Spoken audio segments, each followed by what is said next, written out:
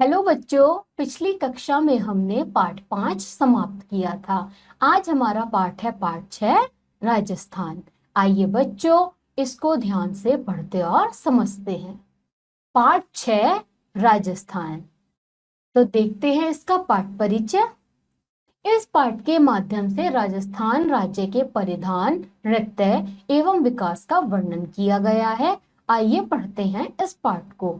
बच्चों, इस पाठ में हमें क्या बताया है कि राजस्थान में क्या क्या प्रसिद्ध है, जैसे कि परिधान में, नृत्य में या क्या क्या वहां विकास हुआ है। तो आइए बच्चों देखते हैं इस पाठ को। राजस्थान सचमुच रंग रंगीला है। रंग रंगीला शब्द सबसे ज्यादा राजस्थान और राजस्थान के लोगों पर ही फबता है। इंद्रधनुषी रंगों की झिलमिलाहट समेटे और रंग बिरंगे परिधानों से सजी धजी यहाँ की लोक संस्कृति को देखकर लगता है मानो प्रकृति ने अपने सारे रंग उसमें उड़ेल दिए हों। बच्चों, राजस्थान एक रंग रंगीला शहर है। वहाँ क्या है, जो लोग हैं वो रंग रंगीले कपड़ों को ज्यादा पहनते हैं और वो ही उन पे बहुत फबता यानी कि जचता है। इन धनुष की तरह वहां पे, जैसे इन धनुष में 7 रंग होते हैं, ऐसे ही वहां पे जो वस्त्र होते हैं वो सजे धजे होते हैं, जिनको देखकर हमें लोक संस्कृति की याद आती है। मानव प्रकृति ने सारे रंग उसी जगह यानी कि राजस्थान में ही भर दिए हो, क्योंकि राजस्थान एक रंग रंगीला शहर है। आइए देखते हैं आगे। राजस्थान के लोग खूब मेहनती होते हैं, साथ ही वे नाच गाने के आनंद में डूबकर जीवन को खुशियों से बढ़ देना जानते हैं। वे जोश के साथ पर्व उत्सवों में बढ़कर हिस्सा लेते हैं। बच्चों, जो राजस्थान के लोग होते हैं वो क्या होते हैं, बहुत मेहनती। और वो जो नाच गाना होता है वहाँ का, आप सब जानते हैं, वो बहुत प्रसिद्ध है और वो उस नाच गाने का खूब आनंद लेते हैं और उसे बड़े ही जोश और उत्सव के साथ मिलकर मनाते हैं। आइए देखते हैं बच्चों आगे। वैसे तो राजस्थान में मेलों की निराली छटा हर जगह मिल जाती है, पर वहां के पुष्कर मेले की तो दूर दूर तक धूम है। पुष्कर को तीर्थराज भी कहा जाता है। पुष्कर एक तीर्थ स्थान है। यहाँ ब्रह्मा जी का मंदिर है। यहाँ बहुत बड़ा मेला लगता है। देश विदेश से हमारे हजारों पर्यटक हर साल इस मेले को देखने आते हैं। बच्चों, राजस्थान में क्या है, एक जगह है पुष्कर। वहां उसे क्या माना जाता है, उसे माना जाता है तीर्थ स्थान। वहां पे एक ब्रह्मा जी का प्रसिद्ध मंदिर है और वहां पे एक बहुत प्रसिद्ध मेला लगता है, जिसे देखने के लिए दुनिया भर से लोग आते हैं। राजस्थान के प्रमुख पर्यटन स्थलों में माउंट आबू भी है। यहाँ दिलवाड़ा के प्राचीन जैन मंदिर, विश्व में शिल्पकला के अद्भुत नमूने हैं। यहाँ पत्थर पर इतनी महीन नक्काशी की गई है कि आंखें वहीं पटकर रह जाती हैं। बच्चों, राजस्थान घूमने का एक बहुत अच्छा शहर है। वहां पे एक माउंट आबू नाम का भी स्थल है। और वहां पे क्या है, जैनों के प्राचीन मंदिर हैं, जिनमें जो शिल्पकला की गई है वो बहुत ही देखने लायक है, जिससे हमारी आंखें खुली की खुली रह जाती हैं। राजस्थान की धरती जयमल और फत्ता जैसे महान वीरों और पद्मनी सरीखी वीरंगाओं की धरती है। जौहर और स्वाभिमान की धरती है। बच्चों, जो कि एक जयमल और फत्ता वीर हुआ करते थे वो वहीं के थे, और एक पद्मनी सरीखी जो वीरंगा थी वो भी उसी धरती की थी। इसी वजह से राजस्थान बहुत ही प्रसिद्ध है। और वहां पर एक जौहर होता था जो कि बहुत उस धरती के लिए स्वाभिमान की बात हुआ करती थी। राजस्थान की चर्चा हो और वहां के किलों की चर्चा ना हो, यह भला कैसे हो सकता है। यहाँ ऐसे विशाल किले हैं जिन्हें देखकर आश्चर्य होता है कि किस सूझबूझ से इन्हें बनाया गया होगा। इनमें प्रसिद्ध है चित्तौड़ का किला, अजमेर का किला, कुलम्बनगढ़, भरतपुर, आमेर और डीग के किले। ये किले राजस्थान के गौरव और गर्व का प्रतीक हैं। इसके अलावा जयपुर का हवा महल और उदयपुर का जल महल बेहद प्रसिद्ध हैं, जिन्हें देखने दूर दूर से पर्यटक आते हैं। बच्चों, राजस्थान की बात की जाए तो वहां पे बात होती है किलों की। वहां पे बहुत सारे किले हैं जिन्हें देखकर हम आश्चर्यचकित रह जाते हैं कि वो इतने विशाल हैं और इतने सुंदर हैं। और बच्चों वहां पे क्या है, जो जयपुर में तो एक हवा महल प्रसिद्ध है और उदयपुर में जल महल बहुत प्रसिद्ध है, जिन्हें देखने के लिए दूर दूर से लोग आते हैं। राजस्थान की लोक कलाओं और लोक उत्सवों में तमाम चीजें हैं जो अपना सानी नहीं रखती। इनमें राजस्थान चूनर, लहंगे आदि वस्तु हैं ही। इसके अलावा नगोरी जूतियां और मोजड़ी भी हैं। जयपुर की पाव भर रुई की रजाइयां भी बहुत प्रसिद्ध हैं जो हल्की और काफी गर्म होती हैं। खाने में राजस्थान के लोग चटपटे खाने के शौकीन होते हैं। भुजिया और नमकीन तो यहाँ से लोग विदेशों को भी ले जाते हैं। बच्चों, राजस्थान में लोक कलाओं की बहुत सारी चीजें हैं। इसमें क्या है, जैसे चूनर होती है, लहंगे होते हैं, आदि वस्तु हैं। उनके साथ साथ जो हमारी क्या होती हैं, जूतियां, और उनको हम मोजड़ी भी कहते हैं, वो जयपुर की बहुत ही प्रसिद्ध हैं। और जयपुर में एक रुइयों की रजाइयां होती हैं जो बहुत गर्म होती हैं, वो भी बहुत प्रसिद्ध है। और जयपुर के लोग चटपटे खाने का शौकीन होते हैं बहुत ज्यादा। और वहां की भुजिया और नमकीन तो इतनी प्रसिद्ध है कि लोग उन्हें विदेश भी ले जाते हैं। यहाँ के पशुओं में मुख्यतः गाय, भैंस, ऊंट और भेड़े हैं। ऊंट यहाँ के देहात की मुख्य सवारी है। उसके पीछे कारण यह है कि ऊंट कई दिनों तक पानी पिए बिना रह सकता है। अपने गद्देदार पैरों की बनावट की वजह से वह रेत में आसानी से चल सकता है, इसलिए ज्यादातर गांवों में लोग ऊंट को पालते हैं। बच्चे, यहाँ पे बात की जाए पशुओं की, तो वहां पे गाय भी है, भैंस, ऊंट और भेड़े हैं। वहां का ऊंट तो सबसे प्रसिद्ध है, क्योंकि क्या है, ऊंट को बिना पानी पिए हम बहुत दिनों तक रख सकते हैं। और उसके जो पैर होते हैं वो भी रेतीली भूमि पर, रेतीली भूमि, राजस्थान की भूमि रेतीली है, जिससे वहां पर ऊंट आसानी से चल सकता है। इसलिए बहुत से गांवों में ऊंट को रखते हैं। आगे देखते हैं। राजस्थान की एक और अलबेली पहचान है वहां की अद्भुत कठपुतली कला। कठपुतलियों द्वारा नए पुराने कितने ही किस्से कहानियों का मंचन हो चुका है। बच्चों, जहाँ पे राजस्थान की बात की जाती है तो वहां पे कठपुतलियां भी बहुत ही प्रसिद्ध हैं, जिनको कहानियों में खूब प्रयोग किया जाता है। राजस्थान लोगों की जिंदादिली की दाद देनी पड़ती है। प्रकृति यहाँ इतनी गंभीर है, शायद इसलिए यहाँ के लोग इतने जिंदादिल हैं।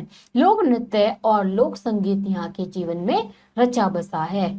फिर मीरा की इस पावन भूमि में भक्ति की रसधारा भी निरंतर बहती है। शाम के समय फुर्सत में सिर छेड़ना यहाँ के लोगों का प्रिय है। नृत्यों में कालबेलियां नृत्य की धूम तो दिल्ली के प्रगति मैदान में लगने वाले मेले से भी बखूबी देखी जा सकती है।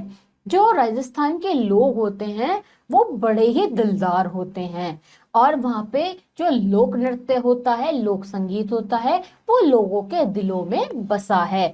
इसी की पावन भूमि में मीरा जैसी रसधारा भी निरंतर बहती है।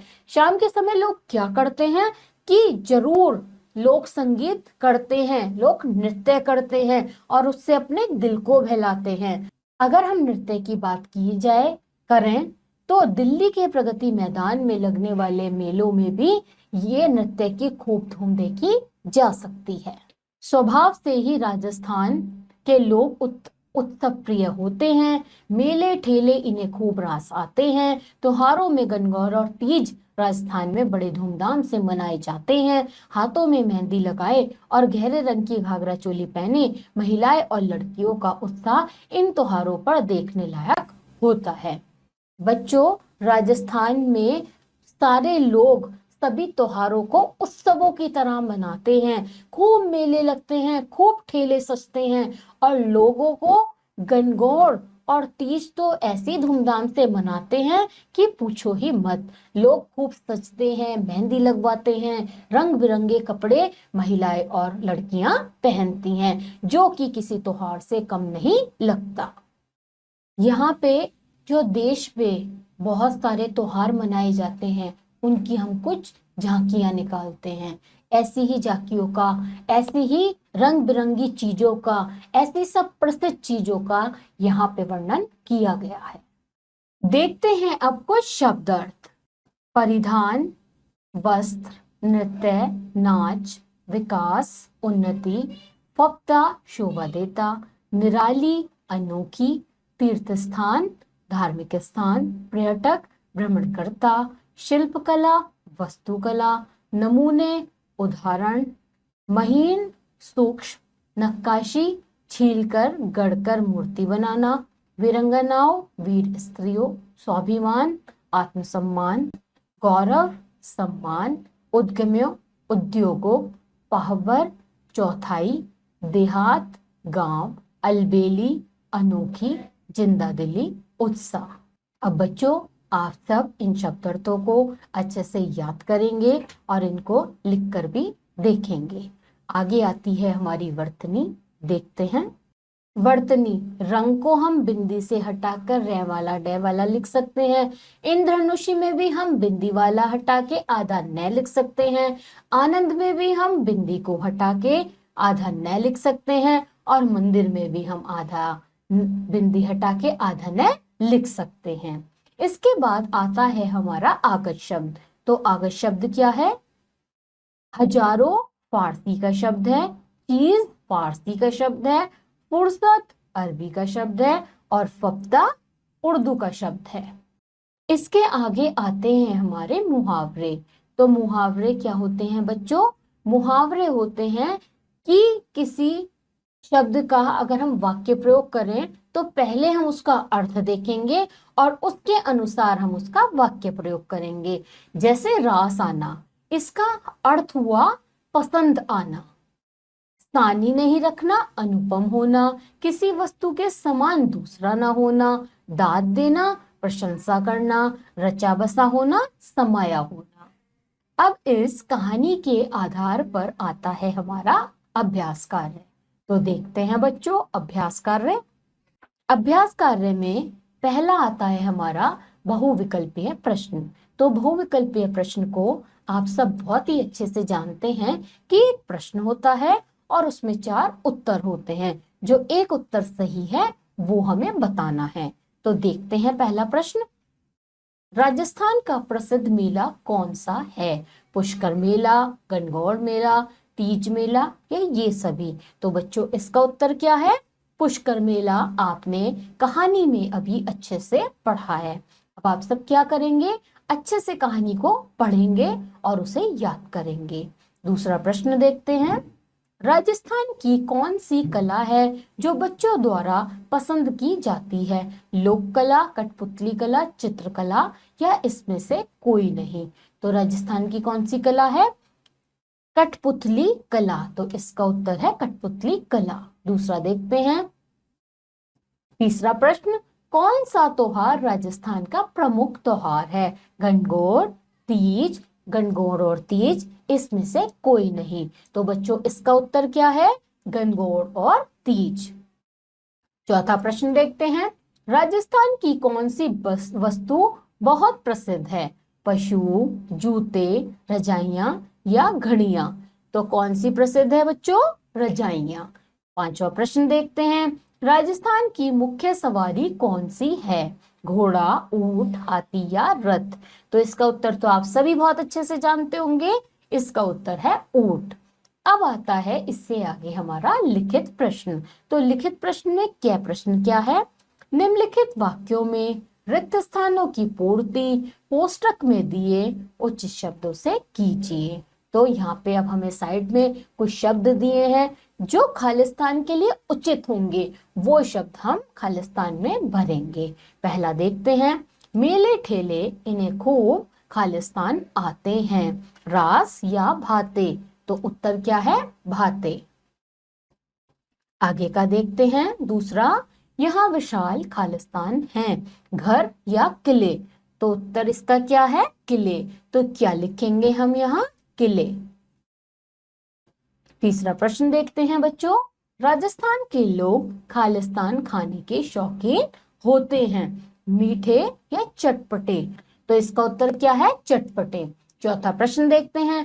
पुष्कर को खालिस्तान भी कहा जाता है, तीर्थराज या धर्मराज? तो इसका उत्तर क्या हुआ? तीर्थराज। इसी के साथ क प्रश्न हमारा समाप्त होता है। अब हम देखते हैं ख प्रश्न। निम्नलिखित वाक्यों के सामने कहानी के अनुसार क्रमांक लिखिए। यहाँ बहुत बड़ा मेला लगता है, भुजिया और नमकीन तो यहाँ से लोग विदेश भी ले जाते हैं। शाम के समय फुर्सत में सूप छेड़ना यहाँ के लोगों को प्रिय है। स्वभाव से ही राजस्थान के लोग उत्सव प्रिय होते हैं। तो बच्चों देखते हैं कि पहला तो हमें यही बताया था कहानी में, यहाँ बहुत बड़ा मेला लगता है।